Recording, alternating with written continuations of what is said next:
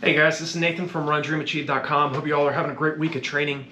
Today's topic, we're going to be discussing what really do you need to be focusing on in terms of your sub 19 minute 5K plan. What really needs to be your end goal when it comes to training for a sub 19 minute 5K. So we know that to run under 19 minutes for the 5K, you need to be able to hold 6 minutes and 7 seconds per mile, or 3 minutes and 48 seconds per kilometer. So what you need to do is be able to slow down less than your competition. And the only way to be doing that is you need to spend sufficient time training well below that 607 mile pace or 348 per K pace. And you know, over the years when I was training for the 5K, because it's such a highly anaerobic event, you have to spend time working on your overall leg speed. And it's a combination of a lot of different things you need to be doing correctly over a 16-week block of training. I always focus on 4 months training with all of the running courses and all the training programs on RunDreamAchieve.com, because there shouldn't be a rush. You should not be rushed into trying to run under a 19-minute 5K. You need to be in very good anaerobic shape, and you've also had to have experienced a longer amount of time training at, near, or far below that 607 or 348, 607 mile pace or 348 K pace.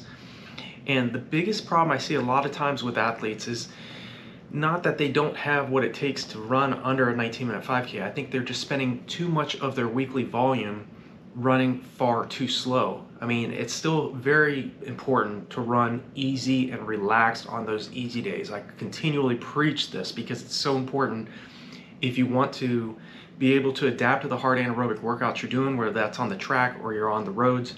You have to slow down and you have to take it easy on your easy days so that you can recover from those efforts. But at the same time, you have to stress the anaerobic systems of your body, and often. And it's not pleasant because you're trying to run under a 19-minute 5K. 607 mile pace for 3 consecutive miles, over 3 consecutive miles, or 3 minutes and 48 seconds per K for 5 straight kilometers. You have to be in great anaerobic shape. And the only way to get that pace to feel more manageable and not so out of your control is to spend some time running around 530 mile pace, or doing your repeat Ks on the track, around 315 per K pace. These are paces that are so much faster than your goal race pace that you're like, again, when you're doing those VO2 max workouts each week, and all the training courses and all the running programs, training programs on RunDreamAchieve.com, we always focus on the concept of periodization. And what periodization is you're spending a segment of your 4-month buildup focusing on a specific intensity that you're training for, okay? And then once your body adapts to that specific pace, then you start moving to a higher intensity with less rest. And that's really the key, because if you're in a rush and you're just deciding your own workouts and what you think you should be doing without a direct plan in place. This is why a legitimate sub 19-minute 5K plan should have an end goal in mind, but also should tell the athlete exactly what he or she needs to be doing on a daily, weekly, or monthly basis.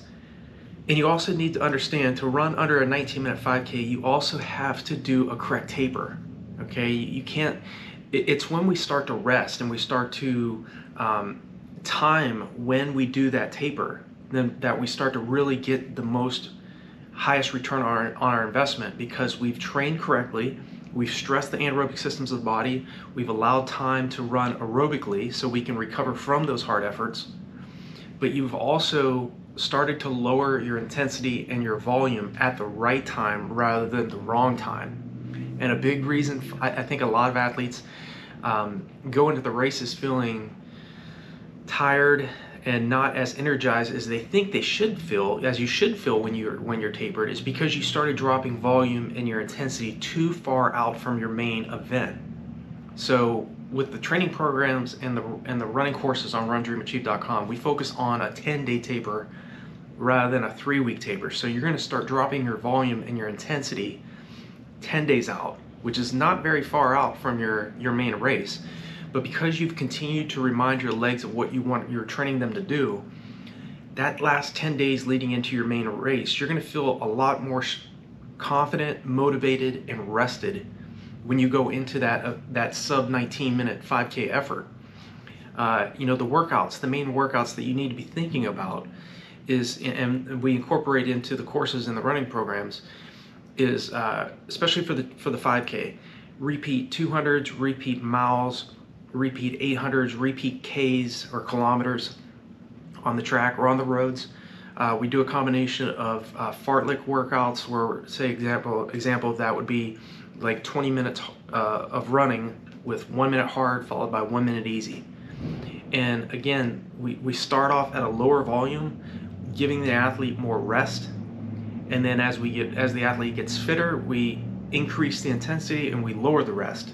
Every 3 weeks we also do a recovery week. So you're doing the hard training, but you also, every 3 weeks, you can kind of have a look forward to that recovery week where we drop the volume slightly and we still focus on the anaerobic preparation of your race.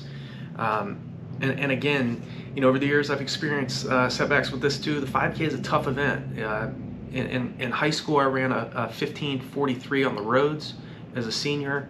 I ran 15:19 on the track in college, and then as a professional I ran 14:18 for 5K on the roads.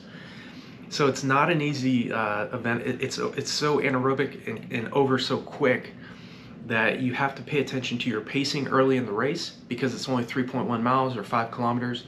You do not want to go out those first 2 kilometers in your race and just go and start to redline and start to go in that anaerobic state. You want to feel that way in the last 400 meters, 800 meters of the race, but you don't want to feel that way in the first mile or the first K of the race. Then you're going to be in some serious problems. So you want to pace yourself. Don't go out too fast. Really focus, if you're here in the United States of America, focus more on making it a 1 mile race. So get through the first 2 miles the best you can, and then run that last 1.1 mile all out as hard as you possibly can.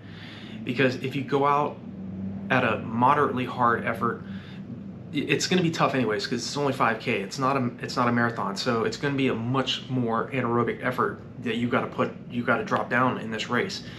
But at the same time, don't go out the first mile in 5:20 when you're trying to hold 6:07 for 3.1 miles or 3:48 per K. Don't go out that first K in 3 flat.